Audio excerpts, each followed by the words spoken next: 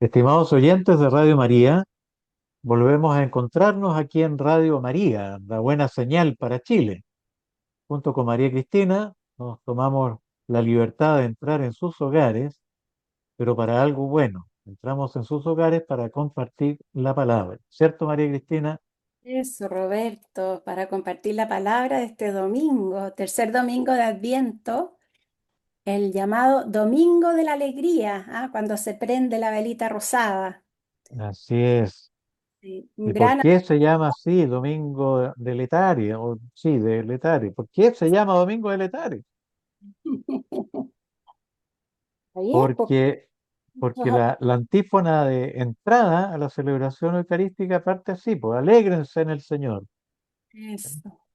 Un texto de Pablo, alégrense en el Señor, ya que Pablo lo dice con mucha fuerza y es la antífona de entrada a la Eucaristía y los textos también están dominados por el tema de la alegría y es la alegría que viene del Señor, la alegría del reino, la alegría de las promesas cumplidas. Así que estamos todos invitados a levantar la cabeza y a alegrarnos en el Señor. La alegría de las promesas cumplidas en este niño que está por nacer. Así es, Sí así es. es. Así Y que los textos de este domingo son textos muy, muy bonitos porque son textos que están orientados a alentar, a animar la esperanza. Así que vamos a ir entrando ahí para ganar tiempo, ¿cierto? podemos partir igual que la semana pasada, Roberto, invirtiendo el orden y partiendo con la primera lectura de Isaías, ¿m? Tomada del libro Sí, de Isaías. Ya hemos hablado acerca de este ciclo de Isaías que nos va acompañando durante todo el Adviento, así que hoy día vamos a seguir profundizando un poquito más con este nuevo pasaje. En Isaías 35, versículos del 1 al 6 y 10. sí. Del 1 al 6. Eh, de- Aunque hemos hablado ya del ciclo de Isaías, creo que es importante poder enfatizar dos cosas. Una, que Isaías es llamado el profeta de la esperanza, ¿ya? Y este texto de Isaías 35 es importante porque está próximo, muy próximo al anuncio del fin del destierro. Entonces es un gran himno de esperanza para el pueblo. Y lo segundo es que Isaías tiene la característica también de ser un anuncio universal. Eso lo vimos en el programa pasado, ¿verdad? Que es un profeta que no se queda encerrado en los límites del pueblo de Israel, sino que él entiende que Dios anuncia lo que anuncia beneficiando a toda la humanidad, no solo a un pueblo.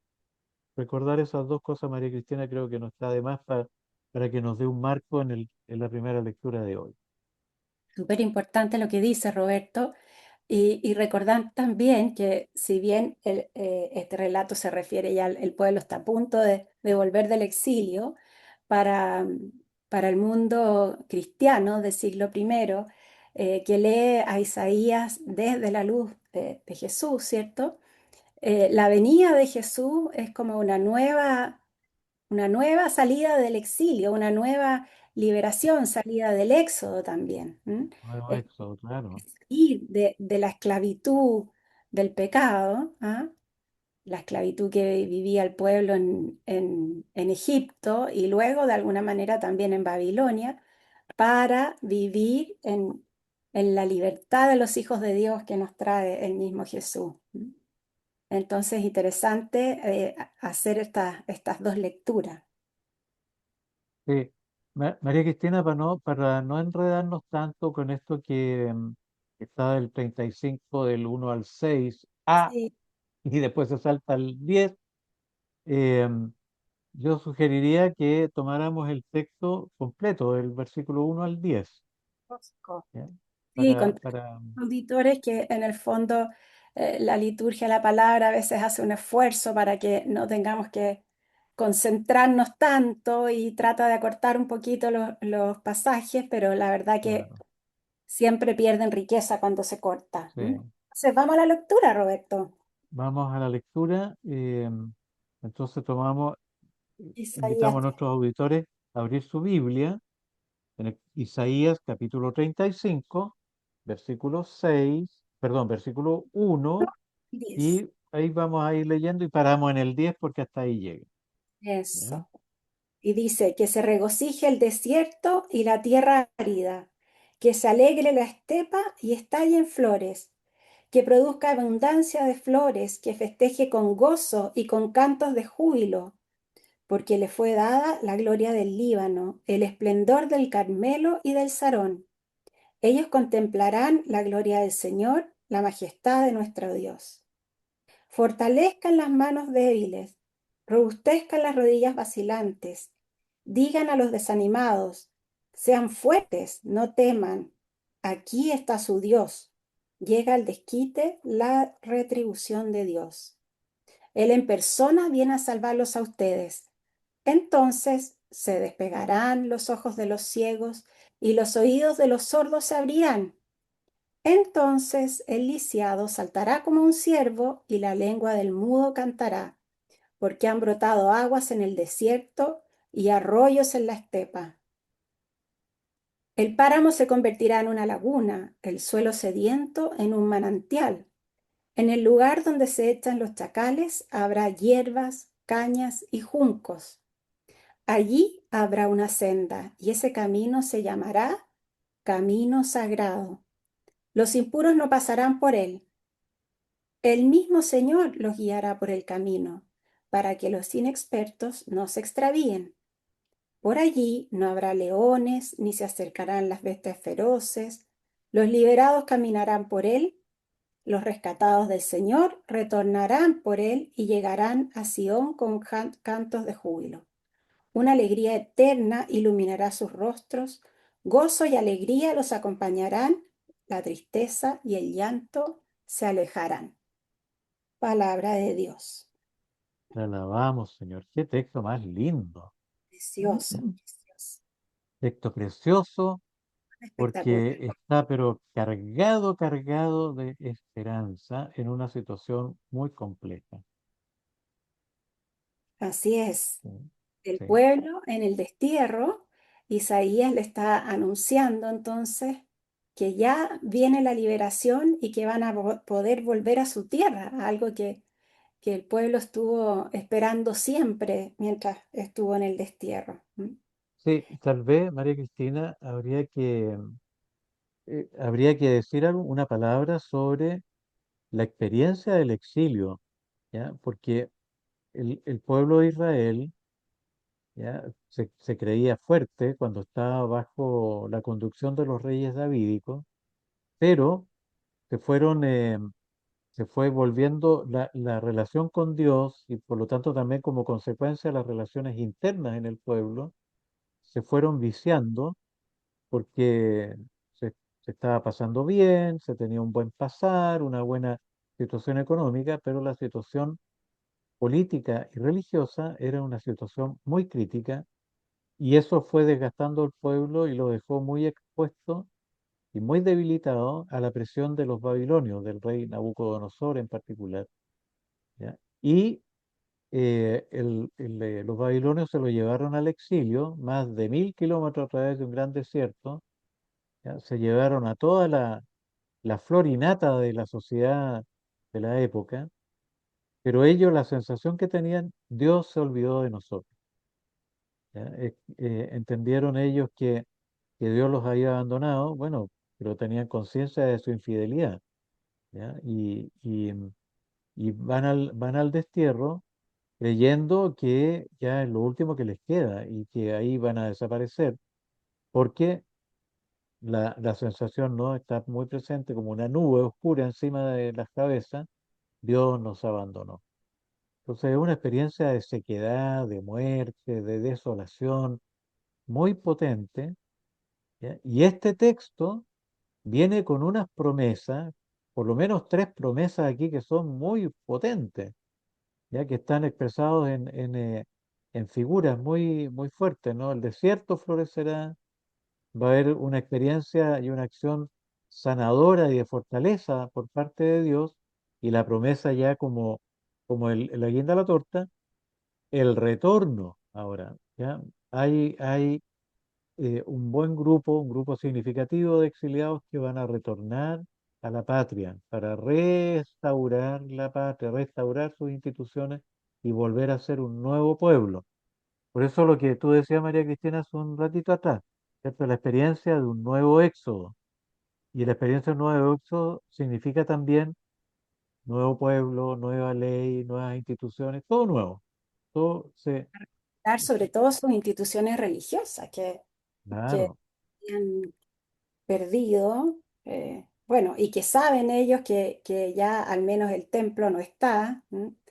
Entonces, algo importante también en el exilio es que el pueblo, habiendo perdido todos sus, eh, bueno, el templo, lo que era central para ellos, el lugar de culto, tienen que buscar alguna forma de identificarse como pueblo, algún elemento que les dé identidad como pueblo de Dios. Y uno de los elementos que van a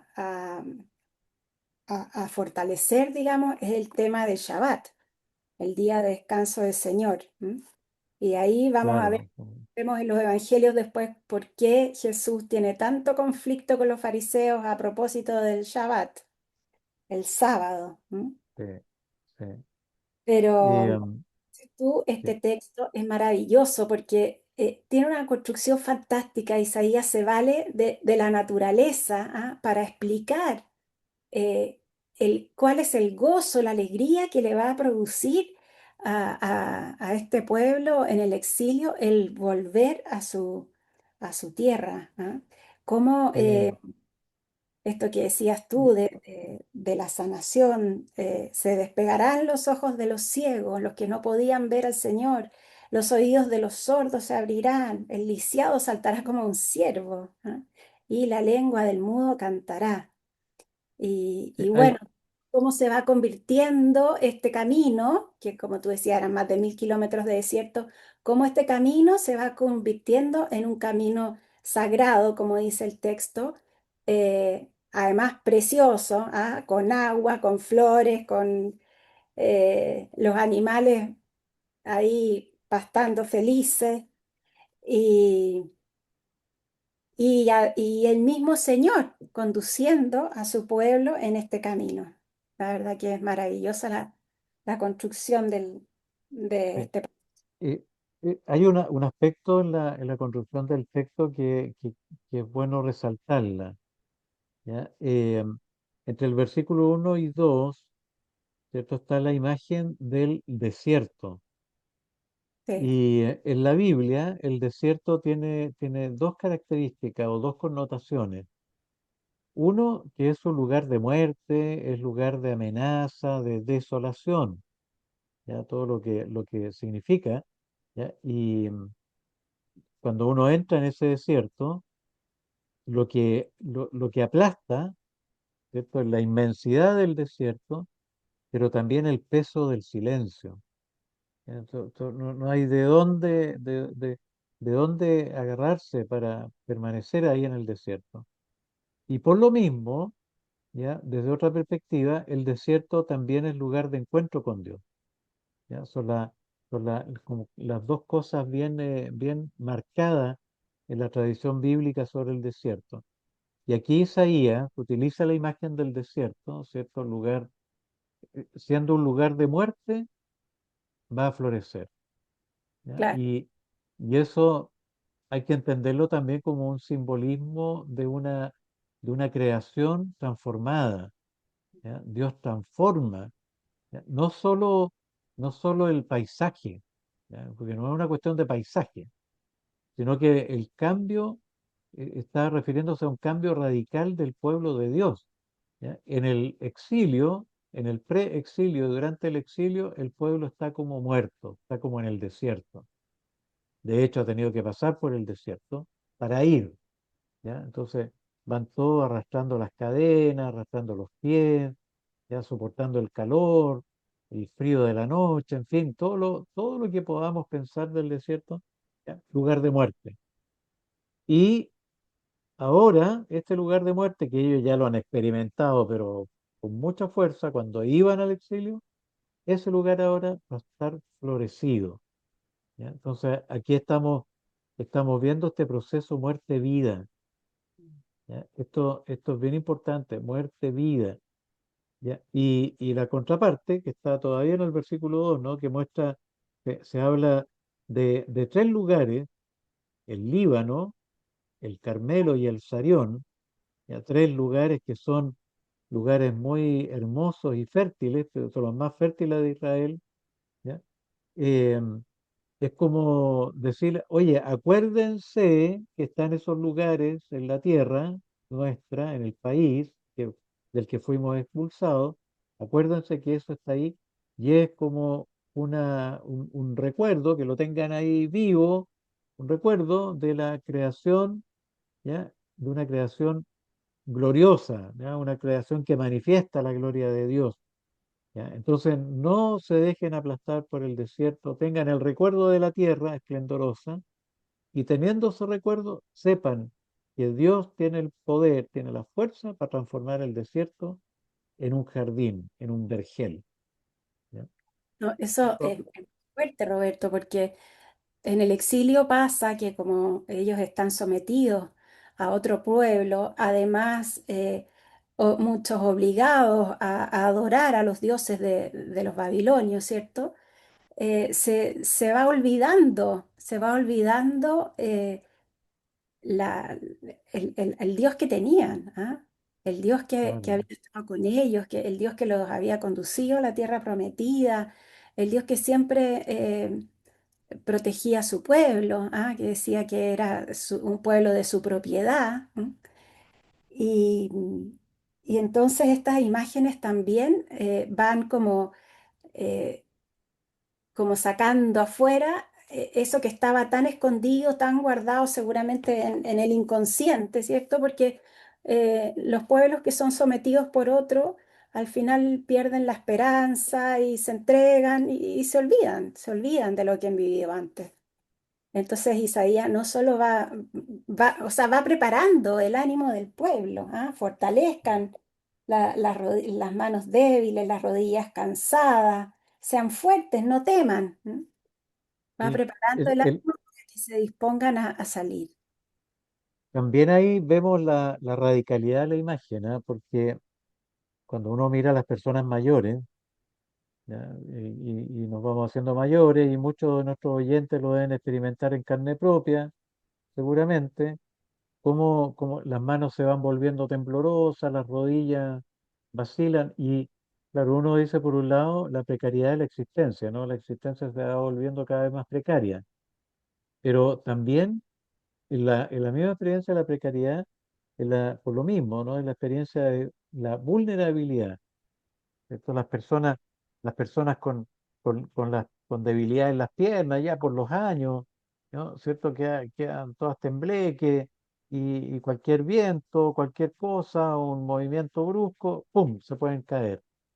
Entonces esta imagen de las manos debilitadas y las rodillas vacilantes, que vienen a ser fortaleza, o sea, es de imaginar, ¿cierto?, lo que le pasa a una persona que de un momento a otro que está ahí, que no se atreve a dar un paso, porque dónde pone el pie, si tiene firmeza, no tiene firmeza, en fin, ya, que le vengan a decir, oye, yo fortaleceré, ¿ya? Yo curaré las manos vacilantes, las rodillas tembleques, ¿ya? Entonces, claro, esto viene a decir, yo, Dios, hablando en primera persona, yo vengo a darles un nuevo impulso de vida. ¿Ya? Entonces, no es solo ver la creación en una nueva dimensión, sino también la propia existencia en una nueva situación. ¿Ya?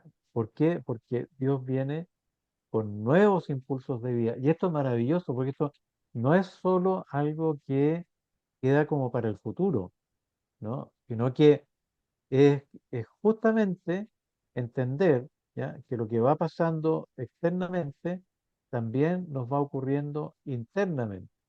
¿Ya? Entonces, claro, manos temblorosas, rodillas vacilantes, equivale a un corazón temeroso. Manos fortalecidas, rodillas fortalecidas, corazón fortalecido.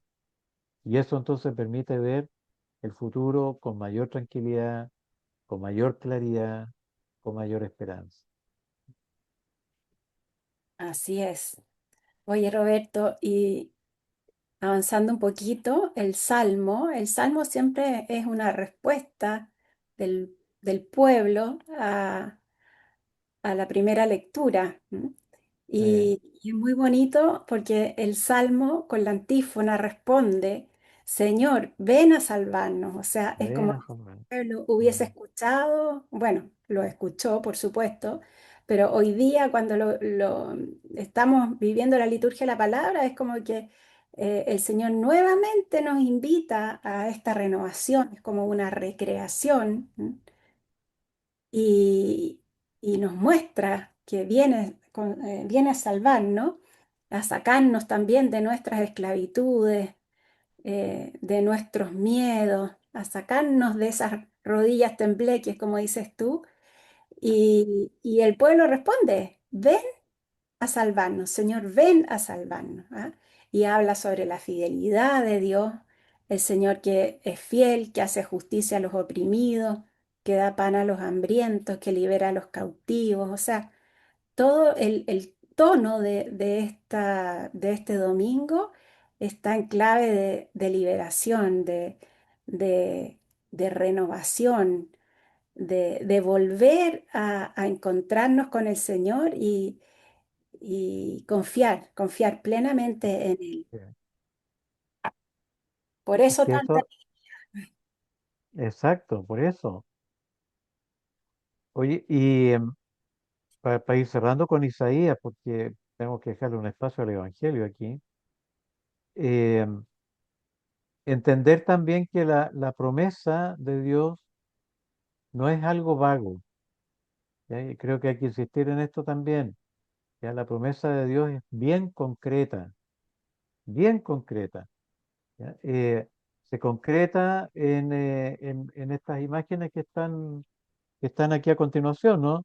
Se despegarán los ojos del ciego, los oídos del sordo se abrirán, saltará como un ciervo el cojo, la lengua del mudo cantará y volverán los rescatados del Señor.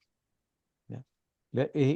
Impresionante la concreción, a la concreción a la que Isaías se refiere y que el Salmo también repite, que el Salmo lo hace propio, ¿ya?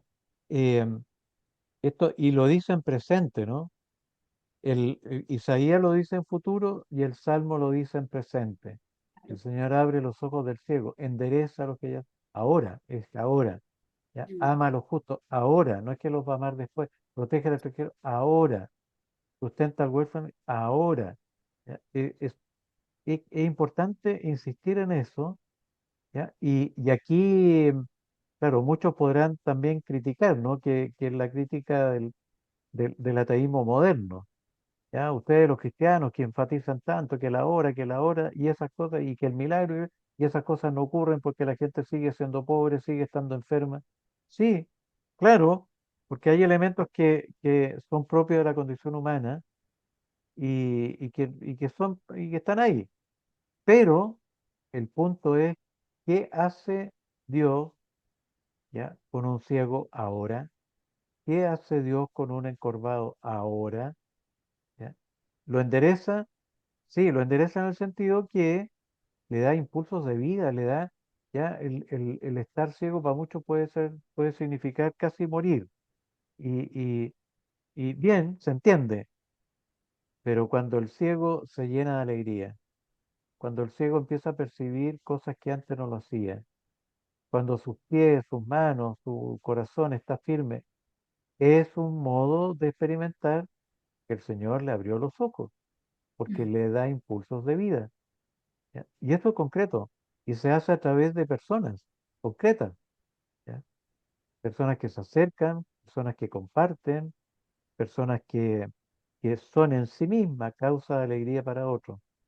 Es importante visualizar también esos aspectos, Fíjate, porque Roberto, sí, en nuestra escuela, el sábado que pasó, una persona dio un testimonio muy bonito diciendo que ella en muy poco tiempo había perdido a su papá, a su mamá y a su marido. Y, y había quedado, realmente ella dijo, yo estaba muerta. Sí, Y encontré al Señor en la palabra y se me abrió un mundo maravilloso y ahora vivo feliz, vivo contenta, dispuesta a servir a los demás y tengo alegría en el corazón. Fue tan fuerte su testimonio, es justamente lo que tú estás hablando. Fue muy impresionante cómo ella se había encontrado con el Señor le había pasado lo que dice Isaías, ¿ah? En ella floreció su interior, se allanaron los caminos, se descubrió sanada en todo sentido y bueno, eh, impresionante. sí, gozo y alegría. Y esas son cosas reales, no son ficticias, son cosas que la gente experimenta y no hay por qué ponerlas en duda.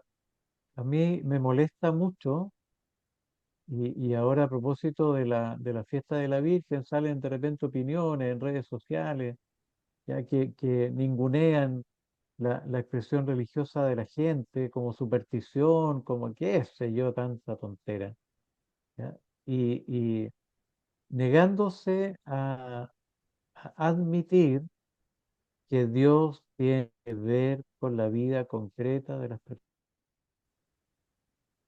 porque finalmente se deja todo claro, lo que no se entiende, lo que no se explica, lo que no se mide, no existe para muchos. Y esa negación implica negar aspectos tan importantes, tan sensibles de la vida de las personas. Así es. Oye, Roberto, Llegue, nos está pasando el tiempo sí, y es que tenemos el que ir a tiempo nos va comiendo Sí, y, sí. y- y El- tenemos que decir una palabrita sobre Mateo 11, 2:11. Hablar nuevamente con Juan Bautista. Decíamos que nos Sí. acompaña en este tiempo de Adviento el ciclo de Isaías, el ciclo de Juan Bautista. Pero ahora lo Y vamos a escuchar desde la cárcel. Él ya está preso. sí, yo, por razón de tiempo, María Cristina, que nos entretuvimos con Isaías, tal vez habría que enfocarse en la pregunta de Juan Bautista, Sí. ¿ya? Porque bueno, toda pregunta tiene una respuesta, ¿ya? Y la respuesta, la pregunta de Juan Bautista es una pregunta clave. ¿Eres tú el que tiene que venir o esperamos a otro? ¿Ya? Porque, claro, Juan Bautista en la cárcel ha escuchado noticias sobre la acción de Jesús. Entonces, obviamente, Juan Bautista no puede ser testigo porque está en la cárcel, le llegan estas noticias y tiene que formularse preguntas, pues, si él ha sido un lector ávido del profeta Isaías. ¿Ya? Entonces, él tiene el run run en su corazón y en su cabeza del anuncio de Isaías. ¿Ya? Entonces, la pregunta brota por sí misma, ¿ya? Por Ahora sí con la sola. pregunta quiere a ver si eres tú el Mesías anunciado. ¿M? Claro. ¿Eres tú el Mesías? Cuando dice el que tenía que venir es el Mesías anunciado, el Mesías prometido. ¿M? Sí. Ahí hay que, haciendo un poquito escarbando un poco la pregunta, uno podría preguntarse, Juan Bautista lo pregunta por él, es él el que tiene esa duda, y o la está formulando también para que sus discípulos puedan tener claridad.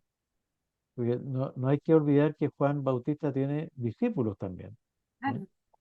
Y, ¿Y em, quiénes envía bueno, preguntas a los claro, y discípulos le hacen preguntas, que le hagan? ¿cierto? Eh, y otro aspecto también, que uno dice Juan Bautista, tremenda figura, qué sé yo. Bueno, pero Juan Bautista también está atravesando un tiempo de crisis, ¿no?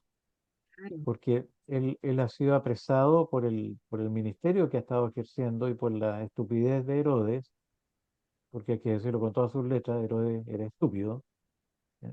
Y, y bueno, y está ahí, no puede verificar por sí mismo qué es lo que está pasando con Jesús. ¿Ya? Los discípulos le preguntan, en fin, ya. Eh, Podría ser también que la acción de Jesús no lo convenza tanto, porque él no la puede constatar. ¿Ya? En fin, el, el, el tema es que el contexto de Juan y el contexto en que surge su pregunta es un contexto, diríamos, de crisis, por donde se le mire. Claro. Porque la pregunta es válida. Y la respuesta viene Ah, muy en categorías de Isaías, ¿ah? Vayan y absolutamente. cuéntenle a Juan lo que oyen y ven. Importante esto que en el fondo la experiencia de encuentro con Jesús se da a través de los sentidos, los que oyen y ven. Los Exacto. ciegos recobran la vista, recordemos en lo que decía Isaías, los paralíticos caminan, los leprosos quedan limpios, los sordos oyen, los muertos resucitan y se anuncia la buena noticia a los pobres. Y dichoso el que no se decepcione de mí. María Cristina, ahí en la lógica nuestra habría que haber una respuesta mucho más sencilla. Vayan y díganle a Juan que soy yo. Claro, Claro, y se despeja todo. Pero claro, la respuesta de Jesús es interesante porque es devolverle a Juan la profecía de Isaías, claro, pero ahora cumplida, cumplida. exacto, Entonces ya no será como suele pasar en el profeta Isaías en aquellos días. Ya claro. no, no es en aquellos días, sino que es ahora. Ahora está pasando Ahora, claro. Isaías. Por lo, por lo tanto, por lo tanto, la profecía de Isaías ahora se cumple, está Exacto. cumplida.